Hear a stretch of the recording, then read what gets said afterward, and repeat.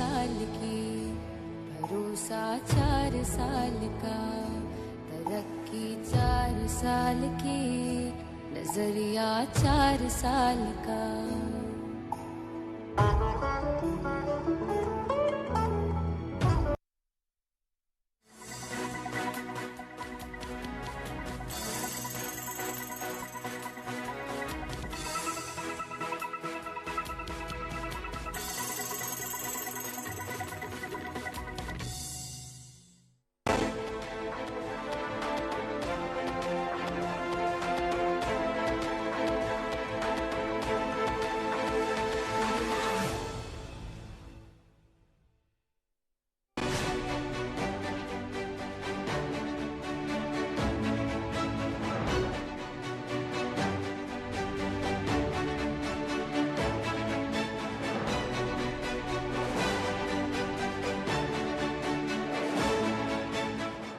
छत्तीसगढ़ आध्यात्मिक चर्चा का केंद्र बना हुआ है। वजह है छत्तीसगढ़ की राजधानी रायपुर में बागेश्वर धाम के आचार्य धीरेन्द्र शास्त्री का दिव्य दरबार। नागपुर में उनके दिव्य दरबार से शुरू हुआ विवाद छत्तीसगढ़ तक तूल पकड़ चुका है। बाबा धीरेन्द्र शास्त्री ने आज इस संबंध में जब दिव्य दरबार लगाया तो उनको चुनौती देने वाले तो नहीं पहुंचे, लेकिन उनके दिव्य दरबार में कई चौंकाने वाले चमत्कार देखे गए, जिससे लोग हैरान रह गए और एक बार फिर मंच से आचार्य धीरेन्द्र शास्त्री ने उन पर उंगली उठाने वालों को आड़े हाथों लिया। अगर वो कल चुनौती के लिए आते हैं, आज अगर आ गए होंगे तो अभी स्वीकार करें कल भी, और चुनौती के लिए आते हैं तो हम उनको कहेंगे तो अगर हमने बता दिया तो उनको जीवन भर हमारा गुलाम होना पड़ेगा। अगर हमने नहीं बताया तो हम अंधविश्वासी बाबा हो गए, और अगर हमने बता दिया माननीय महोदय तो तुम्हें जिंदगी भर पानी भरना पड़ेगा बागेश्वर धाम पर। इधर इस मामले में कांग्रेस की ओर से जो बयान आया है वह धीरेन्द्र शास्त्री को चैलेंज देने वाला है। मंत्री कवासी लखमा ने धर्मांतरण की बात से इनकार करते हुए बाबा धीरेन्द्र शास्त्री को बस्तर चल धर्मांतरण दिखाने की चुनौती दी है। यही महाराज को नागपुर में कोई चुनौती दिया है क्या? हम पूरा सत्य के साथ, कसम के साथ, अगर महाराज हो, पंडित हो, मेरे साथ आए बस्तर में, अगर कल परसों अगर कोई धर्मांतरण होता है तो मैं राजनीति छोड़ देगा, वो पंडित छोड़ दे। अरिनी को, ऐसी पंडित लोगों को नागपुर में इसको चुनौती दिया गया है। अभी कोर्ट में जाने वाला है, उस समय पता चलेगा ये पंडित है क्या है। इधर आचार्य धीरेन्द्र शास्त्री के समर्थन में भाजपा भी खड़ी नजर आ रही है। भाजपा ने धर्म प्रचारकों और गुरुओं पर सवाल उठाने वालों को आड़े हाथों लिया है और अप्रत्यक्ष रूप से इसे राजनीतिक विरोधियों को धर्म विरोधी करार दिया है। छत्तीसगढ़ में साधु सन्यासियों को अपमानित करना और सनातन धर्म को नीचा दिखाने फैशन सा बन चुका है। महाराष्ट्र के विधर्मियों के बाद छत्तीसगढ़ के अधर्मी मंत्री के द्वारा जिस प्रकार से श्री बागेश्वर सरकार को अपमानित किया जा रहा है, जो चैलेंज किया जा रहा है, बहुत ही अपने आप में शर्मनाक विषय है। पूरा राज्य जानता है, पूरा देश जानता है कि छत्तीसगढ़ में जो धर्मांतरण हो रहा है पूरा सरकार का इसको संरक्षण है। ये बात सर्वविदित है। इनके प्रशासनिक अधिकारी इस बात को स्वीकार करते हैं, इनके स्वयं गृह मंत्री इस बात को स्वीकार करते हैं। बावजूद इनके उद्योग मंत्री जिस प्रकार से चुनौती दे रहे हैं, ये बिल्कुल भी स्वीकार नहीं किया जाएगा। सनातन धर्म में सोची समझी साजिश के तहत में घात है। महाराष्ट्र में जो हुआ वो तो दूसरे विषय का मामला है, लेकिन छत्तीसगढ़ में जो हो रहा है लाखों भक्तों के आस्था पे सीधा सीधा खिलवाड़ है। बागेश्वर धाम के बाबा को लेकर अभी एक चैलेंज विवाद खत्म ही नहीं हुआ है कि छत्तीसगढ़ के मंत्री कवासी लखमा के नए चैलेंज ने बाबा और उनके समर्थकों के सामने एक नई मुश्किल खड़ी कर दी है। हालांकि इस चुनौती को बाबा स्वीकार करेंगे या नहीं, इस पर संशय है, लेकिन बागेश्वर धाम बाबा के कार्यक्रम को लेकर कांग्रेस और भाजपा जरूर आमने सामने बैठे नजर आ रहे हैं। टीवी 24 के लिए मोहन तिवारी की रिपोर्ट।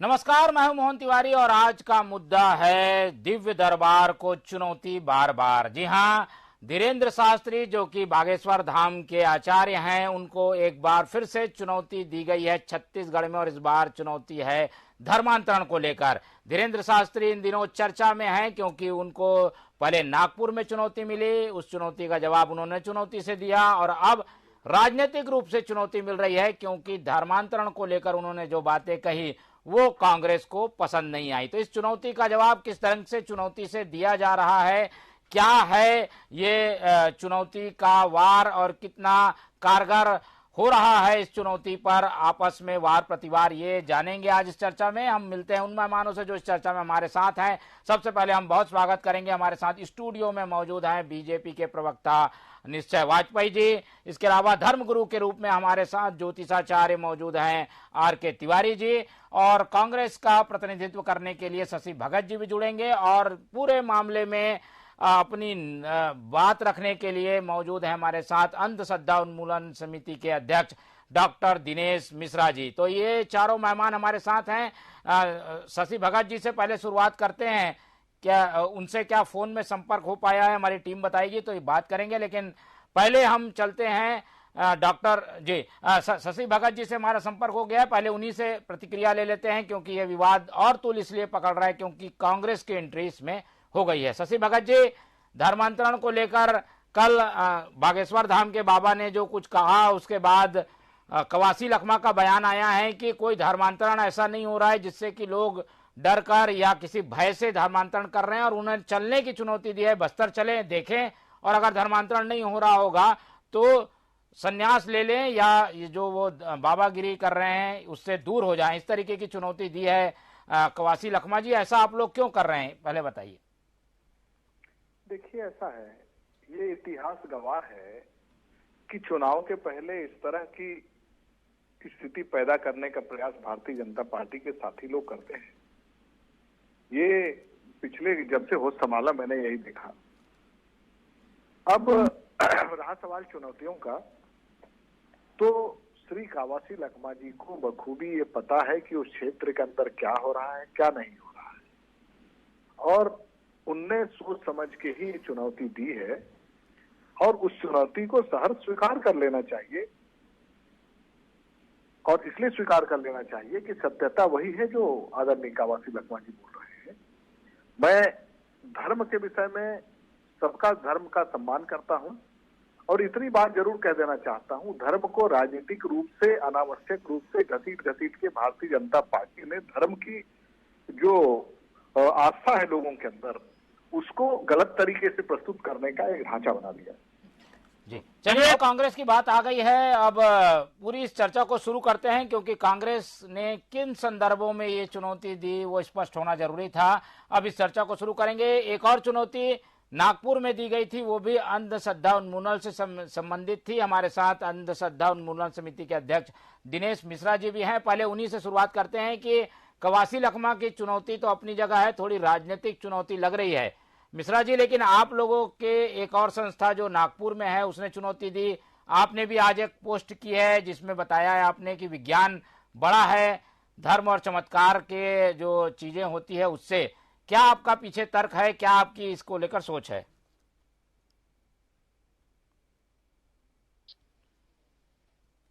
दिनेश जी।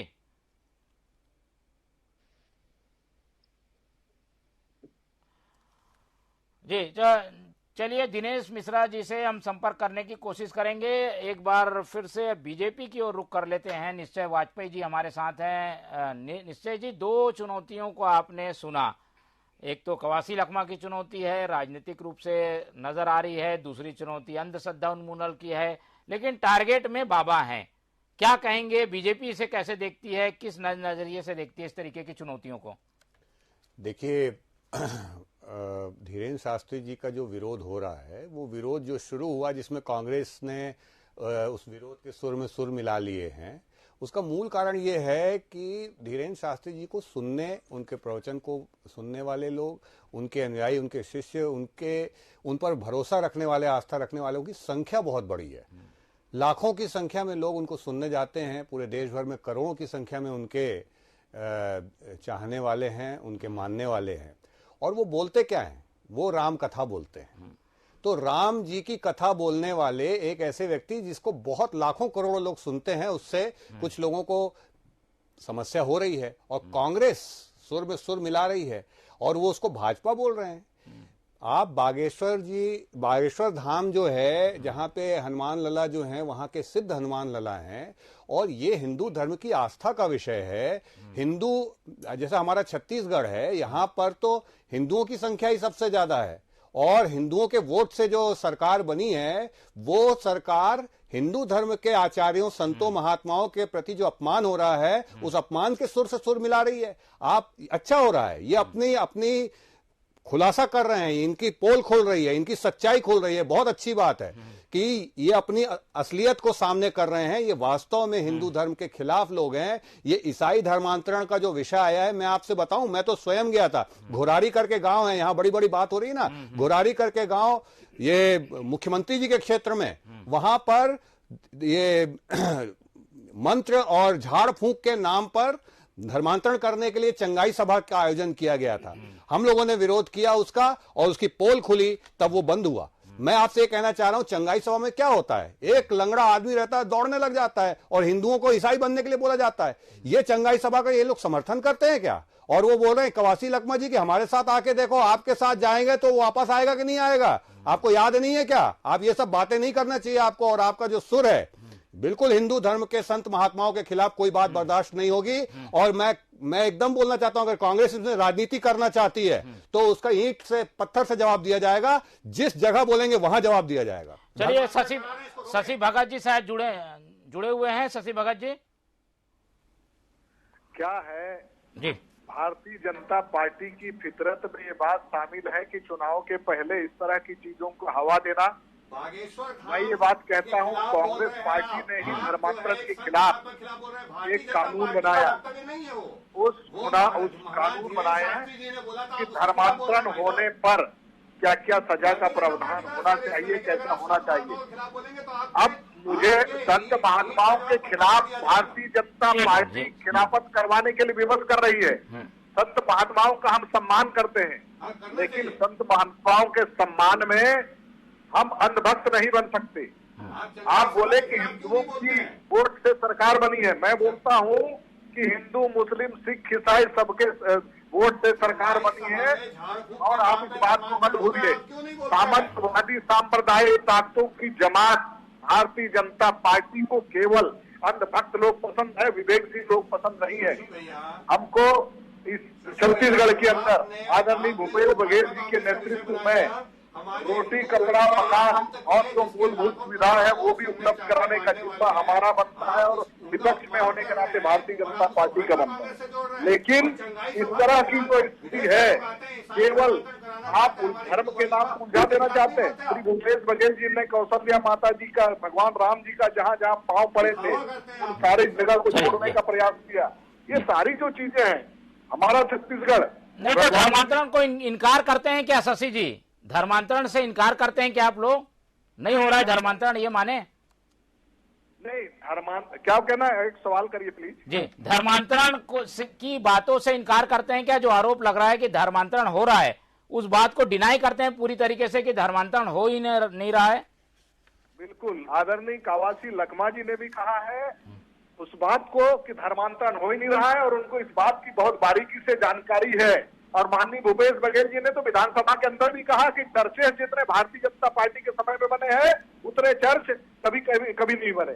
चलिए, सारी चीजें ठीक है। चलिए, ये जी, कुटुंब पसंद की रास्ते पे चलने वाली भारतीय राष्ट्रीय कांग्रेस सारी चीजों के खंडन करती है। झूठ बोलना चाहते हैं कि छत्तीसगढ़ में धर्मांतरण नहीं हो रहा है, ये आप बोलना चाह रहे हैं। जिम्मेदारी के साथ कांग्रेस का वर्जन है, अगर आप ये बोलना चाह रहे हैं। और आप ये बोलना चाह रहे हैं कि हिंदू संत महात्माओं का, जिनके लाखों करोड़ सुनने चाहने वाले, जो राम कथा करने वाले महात्माओं का और प्रवचनकर्ताओं का आप अपमान करेंगे और भाजपा के नाम पे करेंगे। आप बोलना चाहते तो बोलिए, कांग्रेस ऐसा बोल रही है, चलिए पलटिएगा मत उससे। ये इस विषय पे आएंगे। एक बार हमारे साथ डॉक्टर दिनेश मिश्रा जी जुड़ गए हैं, उनसे बातचीत कर लेते हैं, क्योंकि अंधश्रद्धा उन्मूलन जो समिति है वो भी ऐसे मामलों को उठाती रही है जिसमें बाबाओं के द्वारा जो चमत्कार किए जाते हैं उस पर सवाल उठाए जाते हैं।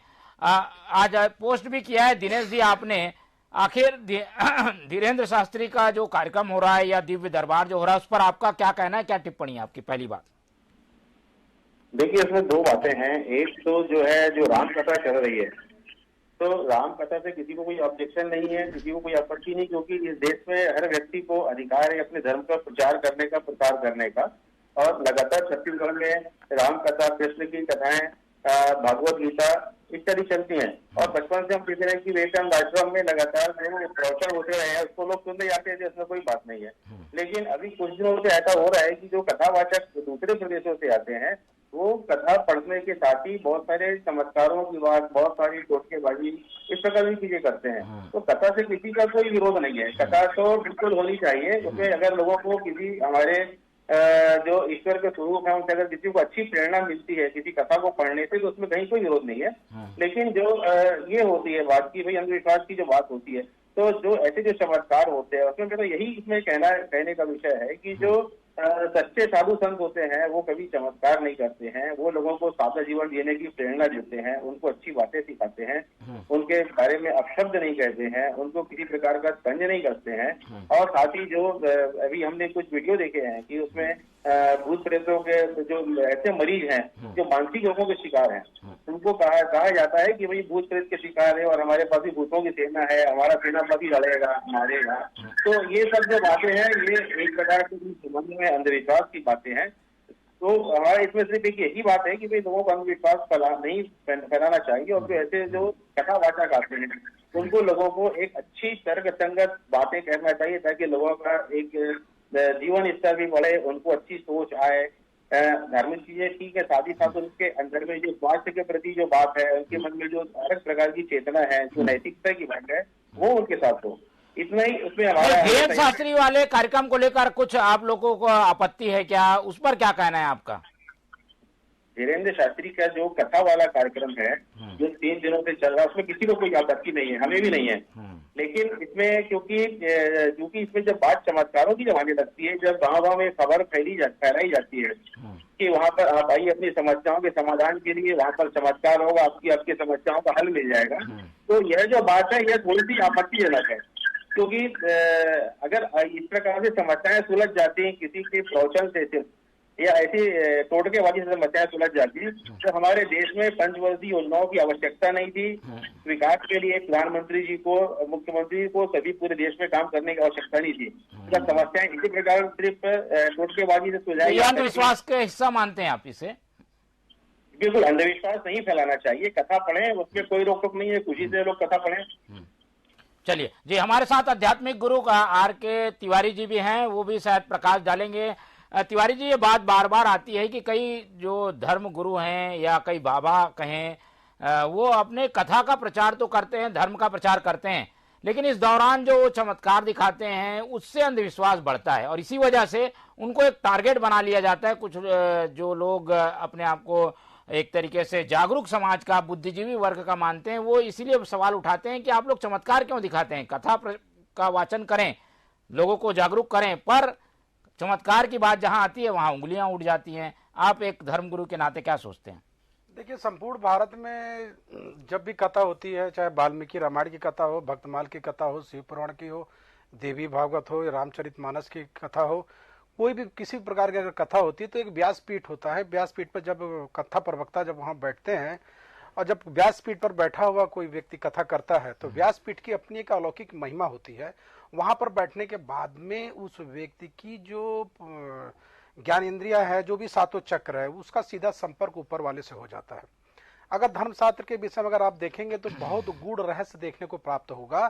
तो उस व्यासपीठ पर बैठे हुए व्यक्ति सन्यासी या कथावाचकों के खिलाफ, अगर धर्म के खिलाफ बोलते हैं तो वो एक अलग विषय हो जाता है, लेकिन व्यासपीठ पर बैठे हुए कथावाचक के खिलाफ अगर कोई कहता है कि ये चमत्कारी शक्ति दिखाते हैं, तो मैं तो ये कहता हूँ कि संपूर्ण भारत में जो भी चंगाई सभा होती है, यंत्र सद्रा समूल समिति ने आज तक कभी उस मुहिम में उसके खिलाफ कोई बात कही क्या? आज तक का संपूर्ण भारत में चंगाई सभा होती है, लंगड़े को बोलते हैं चलने लगता है, अंधे को बोलते हैं कि दिखने लगता है, स्वस्थ हो जाता है। जब उस तरह का चमत्कार दिखाते हैं वो लोग, तो उस पर अंधश्रद्धा निर्मूलन समिति ने आज तक कभी विषय उठाया क्या? जी, बोलते हैं क्या दिनेश जी? इस तरीके के सवाल का क्या जवाब देंगे आप? बोलते हैं, इसमें हमने जो कुछ साल पहले घाटमुरा में एक संघाई सभा हुई थी और उसमें एक केरल से पादरी आए थे, तो हमारे रायपुर में हमने डीके अस्पताल के सामने धरना दिया था जिसमें 100 लोगों को शामिल हुए और होटल मयूरा में मीटिंग हुई थी जिसमें उन्होंने हमको लिख करके दिया था कि हम इस सभा में किसी भी मरीज को नहीं लाएंगे, और उस सभा में उन्होंने किसी मरीज को नहीं लाया और हमने सिर्फ उन्होंने ये अपने उनका जो विज्ञापन छपे थे नवभारत में, भास्कर में, सभी पेपरों में, उस पेपरों में ये विज्ञापन थे कि ये सिर्फ एक धार्मिक सभा है, यहाँ चमत्कार की आशा से ना आए। अगर आप पुराने पेपर देखेंगे या फेसबुक को देखेंगे उसमें हमने डाला भी है कि हमने कभी धार्मिक सभाओं की बात विरोध नहीं किया है। इसके साथ ही इस प्रकार की जितने भी लोग अगर ऐसा काम कर रहे हैं चाहे किसी भी धर्म के हो, तो उसमें धार्मिक प्रचार करें, मरीजों को गुमराह ना करें, क्योंकि इससे मरीज गुमराह होते हैं। एक ये मानवीयता के इतिहास के लिए भी नुकसानदेह है। चलिए, दोनों तरीके के धर्म के लोगों को भी जो है अंधश्रद्धा उन्मूलन समिति टारगेट करती है, कोई एक धर्म पर इनका आरोप नहीं होता, ये कहना है। जी बोलिए तिवारी जी। अब देखिए, सबसे बड़ी बात यह है कि जब कोई भी कथावाचक व्यासपीठ पर बैठते हैं तो व्यासपीठ की अपनी की महिमा होती है। व्यासपीठ पर बैठा हुआ कोई भी कथावाचक जब अपने मुखार बिंदु से कोई भी धर्म के विषय में हिंदुस्तान में सभी धर्म जाति समुदायों के हितों की बात करता है, तो ऐसे मुझे ऐसा लगता है किसी भी राजनीतिक दल को या किसी भी राजनीतिक स्तर के बड़े स्तर के नेता को, किसी भी पार्टी को उस विषय पर नहीं बोलना चाहिए। और चूंकि धर्म को सुनने वाले लोग असंख्यक हैं, अगर आप देखेंगे जो कथावाचक अंतर्राष्ट्रीय लेवल के जिनकी ख्याति प्राप्त है तो उनका स्थान बहुत ऊंचा हो जाता है धर्म शक्तियों के फलस्वरूप। तो मुझे ऐसा लगता है किसी भी राजनीतिक स्तर पर बैठा हुआ व्यक्ति, चाहे किसी भी पार्टी का व्यक्ति हो, इस तरह के व्यासपीठ पर बैठे हुए कथावाचकों के खिलाफ कोई भी अनगढ़ टिप्पणी नहीं करना चाहिए। और कवासी लखमा जी ने ये कहा है, माननीय मंत्री कवासी लखमा जी का, कल परसों अगर धर्मांतर होता है तो हम मुझे बताएं। तो मुझे ऐसा लगता है कवासी लखमा जी ने भी गलत नहीं कहा। कल परसों मतलब पहले जो हुआ उस पर विषय नहीं है। सवाल यह है, उन्होंने धीरेन्द्र शास्त्री को यह कहा है कि कल परसों अगर कोई धर्मांतर होता है तो उस पर जी, तो शायद जो है बात इस बात पर टिक गई है कि क्या जो धर्मगुरु हैं वो जब प्रवचन करते हैं उस दौरान अगर अपनी आध्यात्मिक शक्ति दिखाते हैं तो वो उसका प्रदर्शन हो सकता है कि नहीं हो सकता।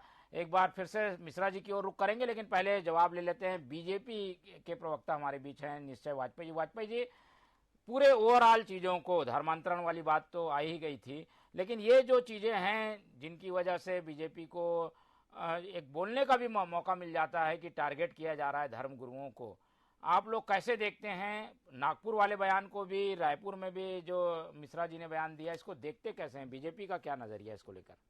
देखिए, मैं वही कहना चाह रहा था कि ऐसे जो प्रवचनकर्ता हैं, ऐसे जो हमारे धर्मगुरु हैं, जो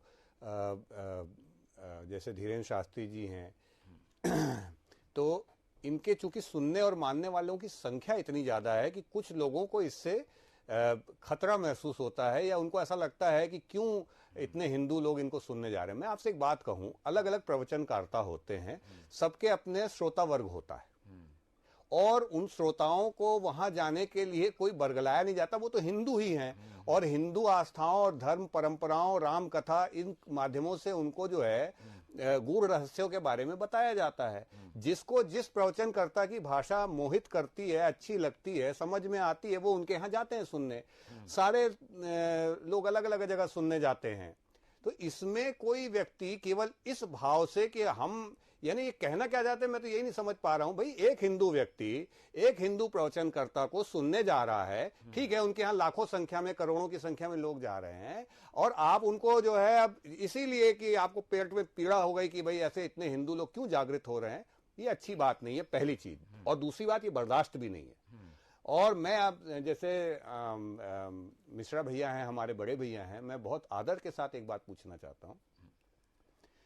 मैं निश्चित तौर पे जानता हूं कि उनके घरों से भी लोग महाराज जी पे श्रद्धा रखते होंगे, मेरे घरों से तो रखते हैं। तो ऐसे लोग जो इतनी आस्था रखते हैं महाराज जी से, उनके सामने जब कोई व्यक्ति गलत बात बोलता है या अपमानपूर्वक बात महाराज लोग के लिए बोलता है और उनकी आस्था पे चोट पहुंचती है, उससे जो उनको मानसिक पीड़ा होती है, इसका दोषी कौन है? और उन लोगों को चुप नहीं कराना चाहिए क्या? आप, मैं एक चीज ये समझना चाह रहा हूं कि भाई किन्हीं ने उनको बांधा क्या कि आपको इनको जाके सुनना ही पड़ेगा? किन्हीं ने नहीं बांधा। लोग अपनी आस्था से जा रहे हैं, उनका सम्मान करिए। आप आस्था रखें ना रखें, आपका विवेक, आपका निर्णय। आप जाकर के इस तरीके की बातें और खास तौर पे उनके लिए अपमानजनक टिप्पणी करना, ये बहुत ही आपत्तिजनक है।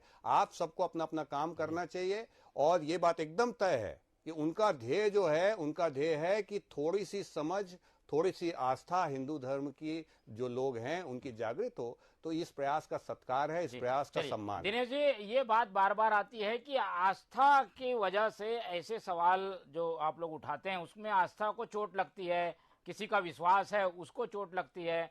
अगर किसी की कोई आस्था है तो उसमें आप लोगों को सवाल उठाना कितना लाजमी है? मोहन भाई, मैं क्षमा के साथ एक बात और कहना चाहूंगा। जी जी। जहां तक हनुमान लला है, हनुमान लला के लिए हम सब मानते हैं कि वो कलयुग में जीवंत हैं और पूरा उन्हीं का साम्राज्य चल रहा है।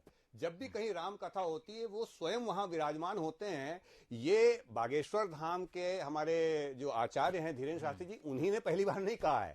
सारे आचार्य, सारे राम कथा कहने वाले और स्वयं बाबा गोसाई तुलसीदास जी इसको बोलते हैं। और वो ये भी बोलते हैं कि अभूत पिशाच निकट नहीं आवे, महावीर जब नाम कहावे सुनावे। तो आप क्या कहना चाहते हैं कि बाबा जी, आप क्या गोस्वामी जी पे भी कमेंट करेंगे क्या? और क्यों करेंगे भाई? हमको मानना है, जवाब दीजिए। हनुमान जी को हम जीवंत महाराज मानते हैं। जब राम कथा होती है वो वहां उपस्थित होते हैं। आपको, हमारे लिए आस्था का विषय है, किसी को भी इस पे क्यों कमेंट करना चाहिए? और हमारे प्रवचनकर्ताओं, संत महात्माओं के विरोध में कोई भी अपमानजनक टिप्पणी क्यों करना चाहिए? कोई भी सवाल क्यों खड़ा करना चाहिए? बिल्कुल दिनेश जी, आस्था का सवाल है, उसमें टिप्पणी क्या जरूरी है? नहीं, देखिए, मैंने पहले ही कहा कि जो जितने भी प्रवचन होते हैं उस पे लगातार, देखिए, छत्तीसगढ़ में प्रतिवर्ष सैकड़ों भागवत कथाएं होती हैं, कृष्ण की कथाएं होती हैं, राम कथाएं भी होती हैं, रामायण होता है, रामलीला होती है। इस पर कभी कोई टिप्पणी ऐसी नहीं होती है। टिप्पणी कब होती है? जब उसमें ऐसा लगता है कि भाई इसमें लोग जा रहे हैं, वो उनको किसी दूसरे तरीके से उनको भ्रम का शिकार होना पड़ेगा, उनमें मन में अंधविश्वास पड़ेगा, या उनके जो समस्याएं हैं उसके बारे में अगर कोई कहे के ला रहे कि चलो आपकी पूरी समस्याओं का समाधान हो जाएगा, तो ऐसा अगर होता है तो वो ठीक नहीं है। लोग अपनी आस्था से जा रहे हैं तो बिल्कुल जाएं। जैसा मैंने कहा कि जो नागपुर में भी जो मैंने मीडिया में जो देखा है कि नागपुर में भी जो घटना हुई है, वहां भी जो नागपुर वालों ने भी जो शुरू में जो कथाएं हुई वहां पर जो 3-4 दिन, उन्होंने उसमें कुछ नहीं कहा क्योंकि सिर्फ वो राम कथा ही थी। उन्होंने कहा इसका हम स्वागत करते हैं राम कथा का। उसमें मैंने शाम नौ का स्टेटमेंट देखा था टीवी में। उन्होंने कहा हम स्वागत करते हैं, हमको कोई आपत्ति नहीं है। लेकिन जब उसमें ऐसा हुआ कि जब भूत प्रेत भगाने वाली बात आने लगी, जब इलाज करने वाली बात आने लगी, जब बोले कि हम सबके भविष्य की बात बताते हैं, ऐसा करते हैं, तो यह जो बात हो रही थी ये उस समय व्यासपीठ में बैठे थे उस समय नहीं हुई थी। यह जो बात है व्यासपीठ में होने की, जैसे देखिए रायपुर में भी क्या है, जब उनकी राम कथा होती है, जब बैठते हैं पीठ में तब कोई ऐसी बात नहीं करते हैं वो। लेकिन यह जो चमत्कार का जो प्रदर्शन होता है ये बाद में होता है, दूसरे 2 दिन 3 दिन। तो इस प्रकार की जो बातें हैं, तब वो दोनों चीजों को आप अलग अलग समझने की कोशिश करें। क्योंकि कथा में आप जो कह रहे हैं ना व्यासपीठ में बैठ के कुछ भी बोल सकते हैं, तो उस समय ये ऐसी बातें नहीं होती हैं। ये जो बातें होती हैं बाद में होती हैं कि उसके लिए 2 दिन अलग से हैं कि आपके दिव्य दरबार है तो उसमें आप अपने अपने लोगों को लेकर के आए, समस्या का समाधान। अगर किसी की समस्या का आध्यात्मिक रूप से कोई निदान हो रहा होगा तो इसमें क्या विज्ञान कोई अंधविश्वास मानता है क्या? इसको आध्यात्मिक रूप से हीलिंग करने की पद्धति हर समाज में, हर धर्म में है। अगर इसका उपयोग होता है तो इसमें गलत क्या है?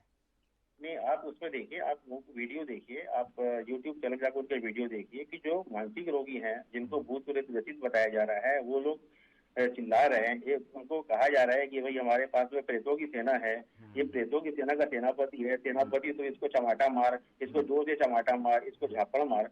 ये जो है ये बड़ा हास्यास्पद लगता है। चलिए एक एक करके पहले वाजपेयी जी जल्दी बोले, फिर तिवारी जी। जैसे कुछ समझना चाहता हूँ मैं दिनेश भी आपसे ये समझना चाहता हूँ, जैसे हमारे यहाँ ये मान्यता है कि राम कथा में हनुमान जी जीवंत रूप से विराजमान होते हैं। आप इसको क्या अंधश्रद्धा मानते हैं? क्या आप इसको गलत मानते हैं या आप इसको चुनौती देना चाहते हैं क्या? पहली चीज। दूसरी चीज, हनुमान जी जो है वो सारे कष्टों के हरने वाले हैं। राम भगवान जो है उनका नाम जो है, उनके नाम जपने से सारे कष्ट दूर हो जाते हैं। ये हमारे हिंदू धर्म की मान्यता है। क्या आप इसको चुनौती देना चाहते हैं और क्यों बोलना चाहते हैं? मैं आपसे एक बात कहूं, मैं तो भैया मैं आपसे, आप मेरे परम आदरणीय हैं, लेकिन मैं जानता हूं कि अगर मैं इस तरीके की भाषा बोल दूं तो मेरी माताजी और मेरी पत्नी मुझे घर से निकाल देंगी भाई। उनकी आस्था इतनी गहरी है। हमारा ये कहना है कि क्यों आप किसी को चोट पहुंचाएंगे? अगर आपके बोलने से किसी को मन में कष्ट हो रहा है, मुझे हो रहा है, अगर कोई बोलेगा कि हनुमान जी वहां साक्षात विराजमान नहीं होते हैं या कोई बोलेगा कि राम जी का नाम जपने से इस तरीके के कष्ट दूर नहीं होते हैं। अब उसके डिबेट पे अपन जा सकते हैं। मेरा ये कहना, क्या प्रभाव, कैसा प्रभाव, सीधा आप उसको जो है ना अंधश्रद्धा से जोड़ करके और एक हमारे संत का अपमान करें या ग्रंथों का अपमान करें या आस्था का अपमान करें, लोगों के मन में पीड़ा पहुंचाएं, ऐसा मैं हाथ जोड़ के आग्रह करूंगा कि जवाब एक साथ ही लेंगे। तिवारी जी भी अपनी बात रख देते हैं। तिवारी जी, ये जो बातें आती है कि भूत पिशाच को भगाने की कोशिश होना या कोई मानसिक रूप से परेशान है उसको भूत का साया बताकर उसका इलाज करना, ये तो गलत है। इसी बात को उठा रहे हैं मिश्रा जी, इसमें क्या गलत है, आपको क्या गलत लगता है? देखिए, सबसे बड़ी बात यह है, आज की डेट में हम डॉक्टर दिनेश मिश्रा से ही आग्रह करते हैं, हम उससे पूछते हैं, संपूर्ण भारत तो छोड़ दीजिए, हमारे छत्तीसगढ़ के रायपुर में जितने भी हॉस्पिटल हैं, जब भी किसी पेशेंट को एडमिट करते हैं, उसका हीमोग्लोबिन कितना है, उसका आयरन कितना है, उसका रेड सेल्स कितना है, उसका B12 कितना है, उसका पल्स कितना है, किस उम्र के पेशेंट को क्या इलाज देना चाहिए, 2-2 महीना 3-3 महीना इलाज होने के बाद अगर डॉक्टर से पूछा जाता है कि अभी इसमें पेशेंट की क्या कंडीशन, नहीं बस चल रहा है इलाज, तो उस विषय में वो तो आंख बंद करके विश्वास करके डॉक्टर के कहने पर इलाज भी कराता है और जो भी धन है वो भी खर्चा करता है, उसके उपरांत उसको क्या प्राप्त होता है?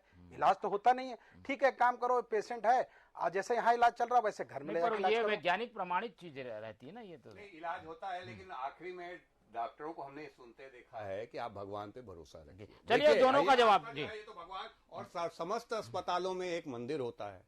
देखिए क्या है, ये आस्था जो है ना भैया, आस्था लोगों को ठीक कर देती है। बिल्कुल। चलिए मिश्रा जी, दोनों का जवाब आप दे दीजिए। 2 बातें आई है कि विज्ञान में भी ऐसी चीजें देखी गई हैं जो चमत्कार के रूप में सामने आई हैं, और जैसे कि वाजपेयी जी ने कहा कि किसी की आस्था को ठेस ना पहुंचाने का काम भी तो कर सकते हैं आप लोग, इसमें चुप रहकर भी तो आप लोग चीजों को ठीक कर सकते हैं, बोलने से विवाद बढ़ता है। जी नहीं, उसमें देखिए, उसमें हर जगह आप चुप नहीं रह सकते ना।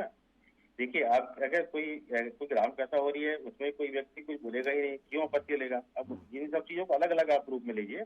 अगर कहीं कथा हो रही है, कोई आपत्ति की बात नहीं है, कोई पूजा पाठ हो रहा है, कोई आपत्ति नहीं है, लेकिन अगर जब यहाँ से ऐसी चीजें जब उड़ने लगती है, मीडिया में आती है, लोग बताने लगते हैं कि भाई वहां पर जा रहे थे, इतने लोग हैं, उनको सबको एक साथ सबको बोला कि सब लोग वही भूत है, इनको मारो, सब भूतों को मारो, वो लोग चिल्ला रहे हैं, मारा, बोले सब चुप हो जाओ, शांत हो जाओ, तो ये देखने में बड़ा हास्यास्पद लगता है। तो अब आगे का क्या कदम है आप लोगों का? चलिए, ये बात तो आ गई, आगे आप लोग क्या करने वाले हैं इस मामले में? बाबा जी तो चले जाएंगे 3-4 दिन बाद।